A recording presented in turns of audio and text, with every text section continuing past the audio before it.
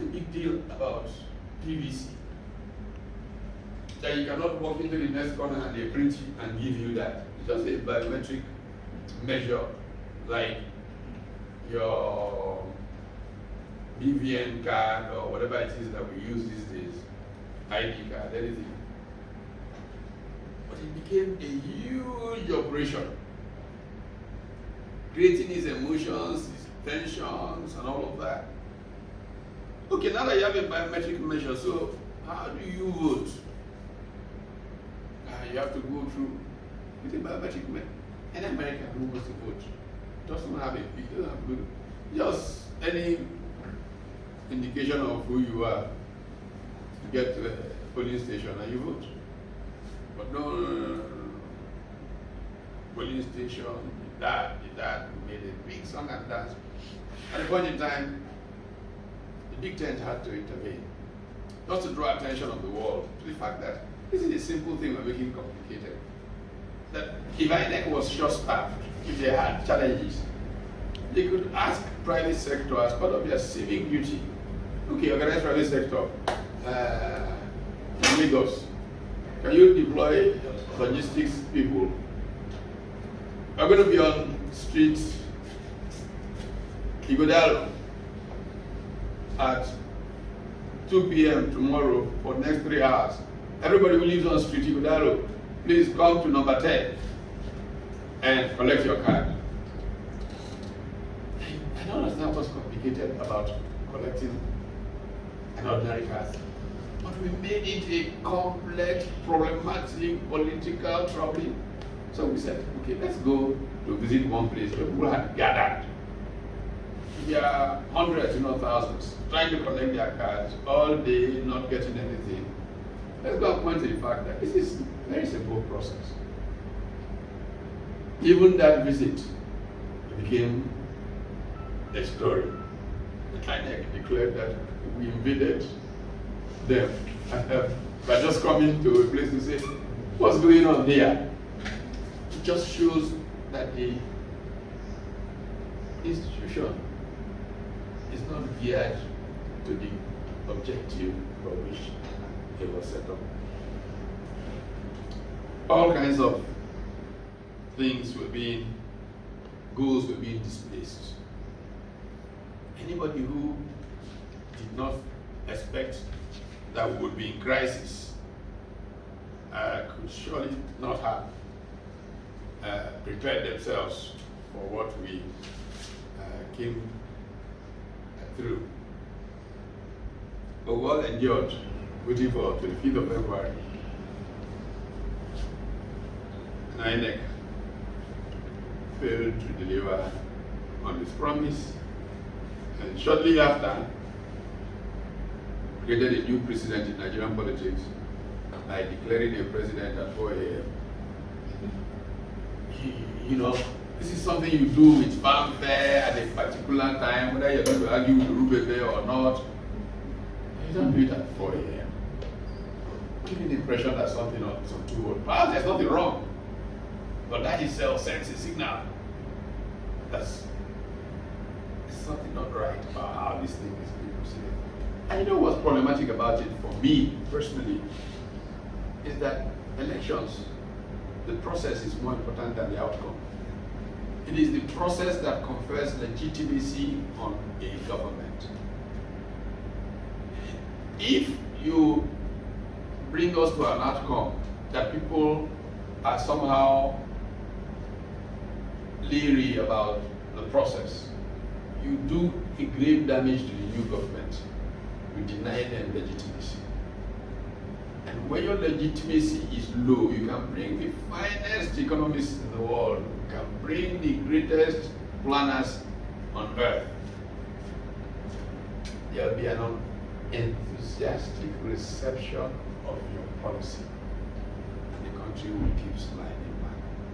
Nigerians have suffered far too much for far too long to continue to be a country that people look at and say, with all the options before me, why there? Why should I go there? And so poverty persists, the world's biggest concentration of black people. I sometimes ask myself, do people in public life in Nigeria actually pause and reflect on the consequences of these things for the world they try to create, for their children, for all our children? I'm not so sure what is done here. Well, the Big Tent entered this fray to ensure that project a new order, project a new way of doing things, will bring together people who are of like minds in more than one political party, in civil society organizations, in social movements, beginning this effort with the labor unions to create what people like to call, but I'm not particularly enthusiastic about that usage, a third force. Peter Obi did not find the youth of this country. The youth of the country heard the things he was saying, decided to use him for a vehicle. He came into this movement that was being built, and momentum went through the skies, and we began this process of literally taking our country back. Now, when the moment came, whether the momentum was enough to have won the elections or not, let's leave those as matters of speculation. But the agencies that were supposed to make things transparent and make people comfortable that they gave their best and it came to something. Security agencies. A huge disappointment. All the videos are flying around, everybody knows what are security agencies. Individual leaders, many proved to be a disappointment. Governors invaded polling booths. Part of the problem is that there's no consequence management in Nigeria. If there was consequence management, 3-4 governors in jail would prevent the next set of governors from doing what these ones did. But if we don't insist now, the next elections will be worse than this one. This is why we will take the names of these public officials, and not just governors alone, there are many. Thank God the Americans are asking us to bring their names. Thank God the British are saying they want those names to go out. Femi Falana and I had a extensive discussion of this even before the Americans and British began to make small noises. And Femi said, look, we have enough laws in our country to prosecute this thing. We want lawyers to volunteer to come forward to prosecute. We'll prosecute them here, we'll take their names to International Criminal Court. But unless we jail many of them, elections will always be bad in Nigeria. People don't come out to vote at election time because they wonder why they should risk all of this and the results will be manipulated anyway. And so our democracy is dying. If we're going to save this democracy, some dramatic things need to happen. And one of them will be getting in jail public office holders who have interfered with the elections process. I wanted to speak to the things that we have been doing in the Big Tent to advance a new order. Because we do not want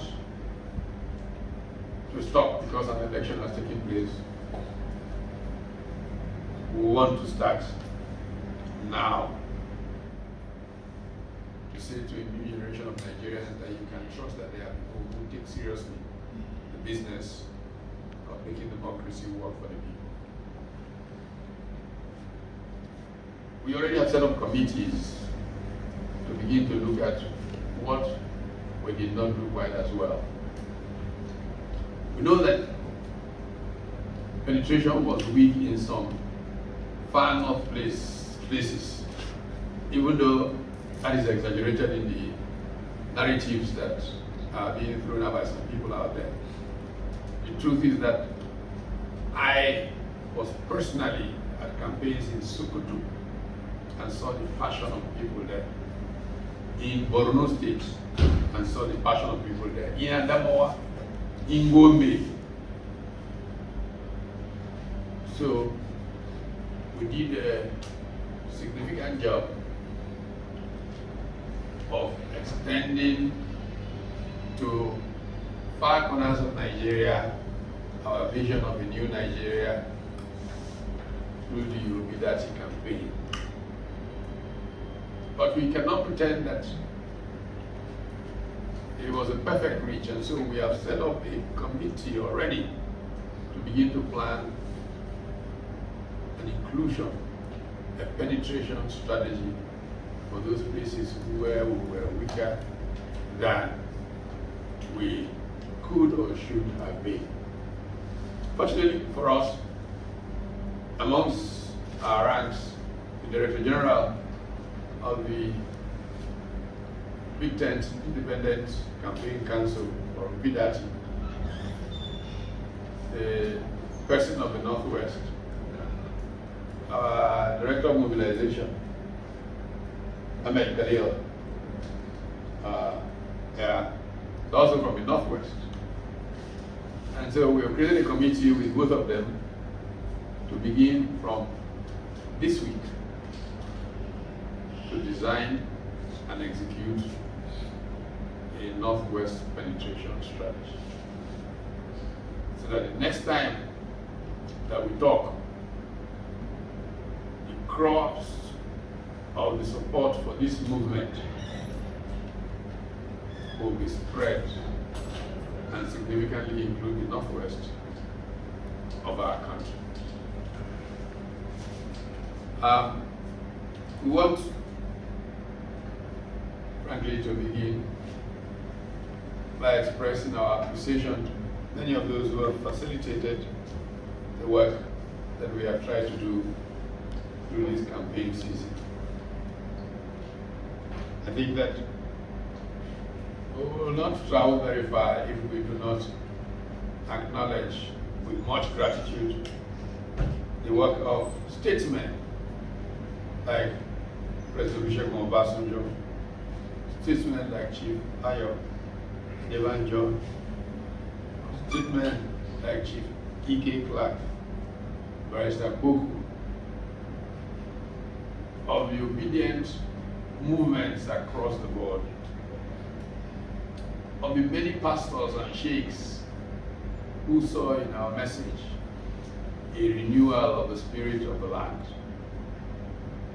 They were extraordinary. They brought this country to the verge of somewhere it had never been. So we thank them, we appreciate them. We thank particularly our young people who realized that their future was being wasted by an elite so focused on transactions for self in a certain narcissism that boggles the mind. And even though this constitutes the majority in a country where the median age is 18.2, the old order has fought back and used what it knows best to use: ethnicity and bullying to scare decent people. But the gratitude is important. The question is, what next? As St. Augustine says, that the unexamined life is not worth living. And so we've been examining our effort. We've been looking at what has challenged us. And we want to announce to Nigeria that even as we await the courts, and are many courts, the courts of public opinion, the courts of the judiciary. It is one of our institutions that's been enormously challenged by what is going on. The expression "go to court," I hope judges realize it is a mockery of the institution. Because people say it as a statement that you cannot take the judgment of the courts seriously, but that would be a terrible thing for any society to get to, because it is said that it is the last hope of the common man.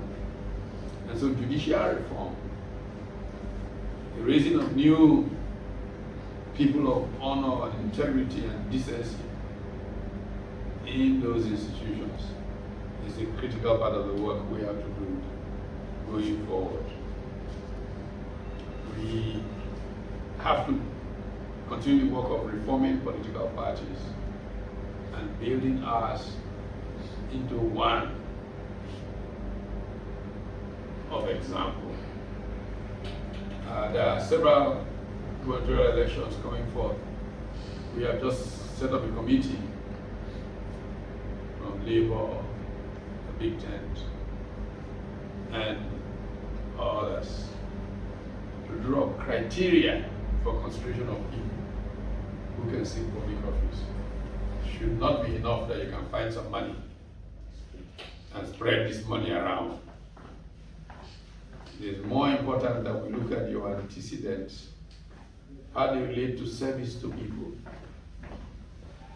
It is much, much more important that we look at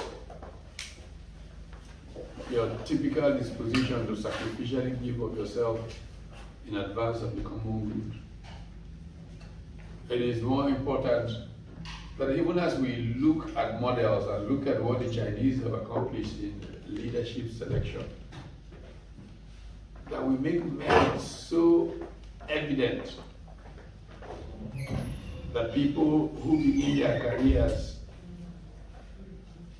in roles that are smaller and move on to bigger and bigger roles, and are therefore tested at many levels, that they be the prime choices.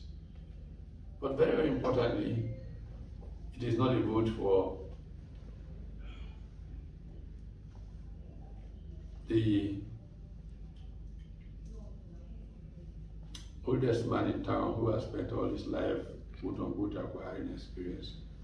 One of the biggest problems in our political life is that many who come to public office do not have the energy, the mental, or physical strength to do the work. They then become a burden and a liability on the people rather than a sign and a side and to change the lives of the people for good.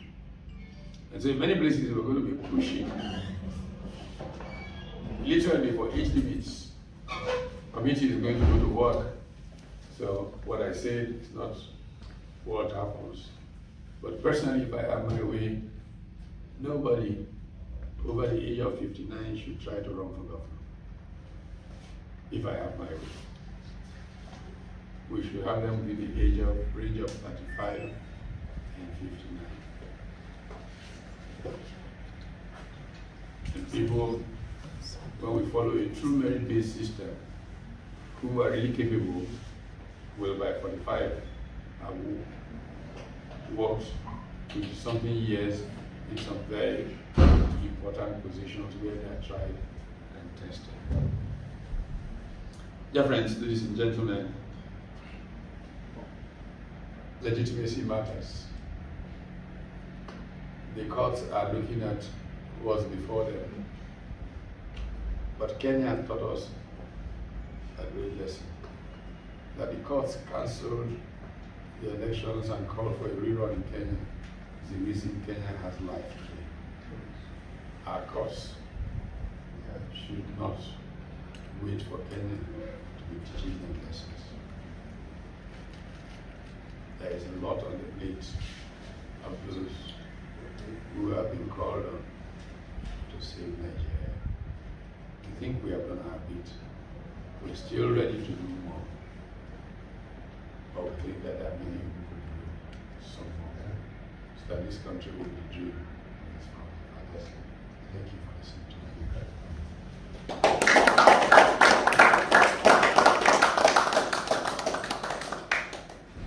Thank you very much, Prof. Couldn't have been any better. Captures